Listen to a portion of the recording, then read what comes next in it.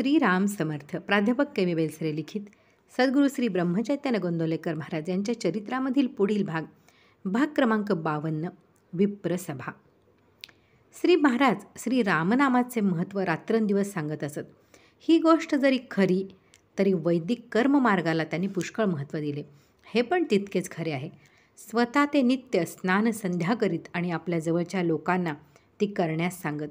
गायत्री मंत्राबद्दल त्यांना फार आदर असून त्यांनी गोंदवल्यास 2 गायत्री पुरश्चरणे करवली. वैदिक अनुष्ठाने तर त्यांनी पुष्कळच करवली. दुसरे गायत्री पुरश्चरण ज्यावेळी झाले त्यावेळी कर्नाटक व महाराष्ट्र येथून विद्वान वैदिक विप्र गोळा झाले होते. त्यातले काही जण श्री महाराजांची रामनामावर असणारी श्रद्धा पाहून नाराज बनले. संधी साधून एके दिवशी ते श्री महाराजांना म्हणाले, महाराज, आपला बाकीचा आचार आणि व्यवहार उत्तम आहे, परंतु वेदाच्या आज्ञेप्रमाणे गायत्री सर्वश्रेष्ठ असताना आपण विप्रांना देखील रामनाम घ्यायला सांगता हे अगदी वेदबाह्य आहे. असे सांगण्याने आपण त्यांची वेदश्रद्धा भ्रष्ट करीत आहात असे आम्हाला वाटते. श्री महाराज म्हणाले, तुम्ही आपले मत इतक्या स्पष्टपणे मला सांगितले याबद्दल मी तुमचे कौतुक करतो. एकदा तुम्ही सर्वजण एके ठिकाणी जमा, मी तेथे येतो, तेथे आपण या गोष्टीचा निकाल लावू. ठरल्याप्रमाणे श्रावण वद्य एकादशीला श्री राम मंदिरामध्ये मोठा दरबार भरला. मंदिर अगदी गच्च भरून गेले. श्री महाराजांनी नवी कफनी घातली होती. कपाळावर केशरी मोठे गंध लावले असून हातात कुबडी घेतली होती. श्री महाराजांनी प्रथम रामरायाला नमस्कार केला आणि नंतर सर्व ब्रह्मवृंदाला केला. आसनावर येऊन बसल्यावर ते विप्रांना उद्देशून म्हणाले, तुम्ही वेदविद्या जाणणारे सर्वजण मोठे ज्ञानी, भाग्यवान आणि पूज्य आहात. इतकी वर्ष वेदविद्या तुम्ही जतन करून ठेवली हे तुमचे फार मोठे उपकार आहेत. तुमची योग्यता खरोखर मोठी आहे. त्याच्या उलट माझी स्थिती आहे. मी या मान देशात राहणारा एक अज्ञ मनुष्य आहे. मला वेदविद्येचा गंध नाही. मला ग्रंथाचे ज्ञान नाही. मी रामरायाचा एक दीन दास आहे. त्याच्या नामावर माझे प्रेम आहे. माझे म्हणणे आपण प्रेमाने ऐकून घ्यावे अशी माझी विनंती आहे. वेदांनी गायत्री अत्यंत पूज्य मानली आहे हे बरोबरच आहे, कारण गायत्रीच्या उपासनेमध्ये विलक्षण सामर्थ्य साठवलेले आहे. गायत्रीची उपासना करणाऱ्या माणसाच्या अंगी खरे वैराग्य आणि चांगले पावित्र्य असावे लागते. पूर्वीचे ऋषी जनपदापासून दूर अशा अरण्यामध्ये आश्रम बांधून राहत असत. कंदमुळे हाच त्यांचा आहार असे. इंद्रिय संयम हा त्यांचा मुख्य आचार असे. सत्य हेच त्यांच्या वाणीचे भूषण असे. काम, क्रोध आणि लोभ जिंकलेले विरागी ऋषी हे गायत्रीची उपासना करायला खरी योग्य माणसे होती. श्री महाराज एवढे बोलत आहेत तोच मध्येच एक विप्र म्हणाला, पण त्या श्रेष्ठ ऋषींचेच आम्ही वंशज आहोत, ही गोष्ट आपण विसरू नका. यावर श्री महाराजांनी उत्तर दिले, खरे आहे, तुमचे म्हणणे अगदी खरे आहे, परंतु ज्या प्रकारचे जीवन ऋषी लोक जगत असत त्यापैकी आपल्याजवळ काय शिल्लक उरले आहे याचा विचार करा. ऋषींचे राहणे, खाणे, पिणे, इंद्रिय संयम, सत्यनिष्ठा यापैकी आपल्यापाशी काहीच शिल्लक उरले नाही. त्या काळी ऋषींनी पर्जन्य सूक्त म्हटले असताना पाऊस पडत असे. आता तेच सूक्त आज म्हटले असताना साधा वारा देखील सुटत नाही. ऋषींच्या अंगी तपश्चर्याचे सामर्थ्य होते, म्हणून त्यांच्या आशीर्वादाला जशी किंमत होती तशी त्यांच्या शापाला देखील होती.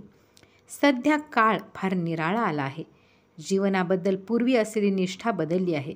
मालकीने विषय भोगणाऱ्या ऋषींचे वंशज अत्यंत विषयासक्त झाले आहेत. त्यांना जगातल्या वैभवाची इच्छा उत्पन्न झाली आहे. त्यांच्या आहार विहारामध्ये फार बदल होऊन वैदिक कर्मे केवळ नाममात्र शिल्लक राहिली आहेत. ते वेद पठण करतात खरे, पण त्याचा उपयोग पोट भरण्यासाठी होतो. इतक्यात दुसरे एक भटजी मध्येच बोलले, हे असे आहे म्हणून सर्व वैदिक कर्मे नाहीशी करावी की काय? आपल्यासारख्यांच्या शिकवणीचा असा विपरीत परिणाम होतो हे स्पष्ट दिसून येते. आपल्या शिष्यांच्यापैकी किती जण रोज संध्या करतात ते कृपा करून सांगा.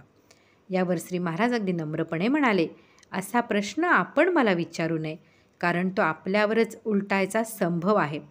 संध्या न करणारी माझी माणसे जशी दाखवता येतील तसे रोज स्नान संध्या न करणारे, एकादशी न करणारे, कांदा लसूण खाणारे, धूम्रपान करणारे, परस्त्री आणि परद्रव्याचा अपहार करणारे, अहोरात्र परनिंदा करणारे वैदिक विप्रही दाखवता येणार नाहीत काय? माझ्या बोलण्याचा हेतू आपण नीट ध्यानात घ्यावा अशी माझी विनंती आहे. सध्या परिस्थिती अशी आहे की वैदिक कर्मावरची श्रद्धा लोकांमध्ये पूर्ववत राहिली नाही आणि वैदिक कर्म यथासांग घडणे कठीण होऊन बसले आहे. अशा प्रसंगी आपल्याला शक्य आहे तितके वैदिक कर्म करावे, परंतु चित्तशुद्धी होण्यासाठी त्यावर पूर्णपणे विसंबून न राहता त्या कर्माच्या जोडीला भगवंताचे नाम घ्यावे. शास्त्रामध्ये असे सांगून ठेवले आहे की कृतयुगामध्ये ध्यानाने, त्रेतायुगामध्ये हवनाने व द्वापार युगामध्ये देवतार्चनाने भगवंताची प्राप्ती होती, परंतु कलियुगामध्ये यापैकी काहीच साध्य होणे शक्य नसल्याने भगवंताचे नाम घेतले असता मनुष्याला भगवंताचे दर्शन घडते. शास्त्राच्या या सिद्धांताचा संतांनी स्वतः अनुभव घेतला आणि लोकांना सांगितले की 3.5 कोटी जप केला असता चित्तशुद्धी होते आणि 13 कोटी जप केला असता भगवंताचे दर्शन होते. श्री महाराजांनी संतांचे नाव काढल्याबरोबर सर्व विप्र कोलाहल करू लागले. श्री महाराज गप्प बसले. इतक्यात कोल्हापूरचे उमरजकर शास्त्री उभे राहिले आणि म्हणाले, आम्ही संतांना मानित नाही. आपण जे विधान केले त्याला श्रुती प्रमाण दाखवा, नाही तर आपले शब्द मागे घ्या. प्रसंग मोठा आणीबाणीचा होता. ज्या धर्माचार्याच्या विधानांना वेद किंवा उपनिषदे यांचा आधार नाही त्यांच्या फजितीला पारावार नाही. ही हिंदू धर्माची पुरातन परंपरा आहे. वेदविरुद्ध किंवा वेदबाह्य सिद्धांत प्रतिपादन करणारा मनुष्य पाखंडी समजला जाऊन कोणीही चांगला धर्मप्रेमी हिंदू त्याच्या वाऱ्याला उभा राहत नाही. श्री महाराज आता काय उत्तर देतात हे ऐकण्यास सर्व लोक उत्सुक झाले होते. तेव्हा अगदी शांतपणे आणि सर्वज्ञपणाच्या आत्मविश्वासाने श्री महाराज बोलले, मला आपण महत्त्व देऊच नका, पण श्री ज्ञानेश्वर महाराज, श्री एकनाथ महाराज, श्री तुकाराम महाराज, श्री समर्थ रामदास स्वामी इत्यादी ज्या थोर संतांच्या नावावर मी नामाविषयी सांगतो ते संत वेदबाह्य बोलतील हे कधी शक्यच नाही. वेदांना जे परमात्म स्वरूप अगोचर आहे ते स्वरूप तद्रूपत्वाने संत जाणतात. नामाविषयी श्रुतीप्रमाणच पाहिजे असेल तर अथर्वण वेदांतर्गत कली संतरणोपनिषदत पाहावे. असे बोलून रामशास्त्री गिजरे यांना श्री महाराजांनी या उपनिषदाची पोथी आणावयास सांगितली. पोथी आणल्यावर त्यांना वाचण्यास सांगता त्यांनी पुढील मंत्र वाचून दाखवले.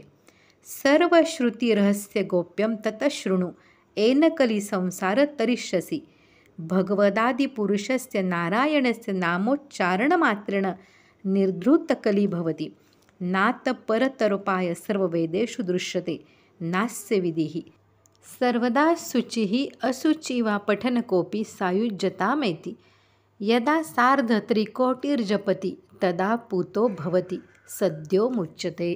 श्री महाराज पुन्हा म्हणाले, वेद हे भगवंताचे वर्णन करतात. नाम देखील भगवंताचेच अस्तित्व प्रकट करते. प्रत्येक वेदमंत्राच्या आरंभी हरिओम असते, ते नामच आहे. जसे वेद हे अनादी तसे नाम हेही अनादी. जसे वेद हे अपौरुषेय तसे नाम हेही अपौरुषेय. जसे वेद हे अनंत तसे नाम हेही अनंत आहे. प्रत्यक्ष शिवाने नाम घेतले म्हणून ते अनादी साधन आहे. इतर साधनांना आणि वैदिक कर्मांना आहार विहाराची बंधने आहेत, भगवंताच्या नामाला ती नाहीत. सध्याच्या परिस्थितीमध्ये संयमाची बंधने सुटत चालली म्हणून संतांनी कळवळून नाम घ्या असे सांगितले. नाम हे आगंतुक नाही. आदी नारायणाने वेद सांगण्याच्या वेळी जो ओमचा ध्वनी केला तेच नाम होय. म्हणून आपणा सर्वांना माझी विनंती अशी की आपण नाम घेत जावे. किंबहुना आपण नाम घेतले तरच वेदांचा खरा अर्थ आपल्याला कळेल अशी माझी खात्री आहे.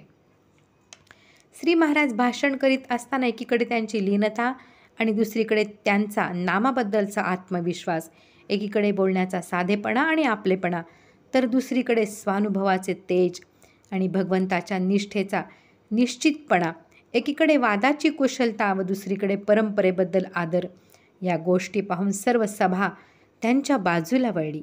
तेथे जमलेल्या पुष्कळ विप्रांनी त्यांच्यापासून नाम घेतले. श्री महाराज वैदिक परंपरा टिकवण्यासाठी विशेष काळजी घेत असत. गुरुवारी व शनिवारी सर्व देवांच्या रुद्र पवमानयुक्त अभिषेक करायची व्यवस्था त्यांनी केली. वैदिकांना तसेच हरदासांना ते फार मान देत. वैदिकांनी कंठस्थ करून वेद रक्षण केले म्हणूनच आज ते आपल्याला मिळाले असे ते नेहमी म्हणत. गोंदवल्यास, काशीस व पंढरपुरास त्यांनी वेदघोष करून वेद म्हणणाऱ्या विप्रांना पुष्कळ दक्षिणा देऊन तृप्त केले. परंपरेला मुळातून उपटून टाकण्यापेक्षा तिच्यामध्ये योग्य ती सुधारणा घडवून आणणे हे खऱ्या सुधारकाचे कार्य होय. संतांनी हे कार्य केले म्हणून त्यांनी वेदांचा अपमान न करता प्रस्तुत कालाला योग्य असा फरक जीवनात घडवून आणला असे श्री महाराज सांगत असत. पुढे आहे समोर निंदा करणारा हरदास, ते आपण पुढे पाहूयात. श्रीराम जय राम जय जय राम.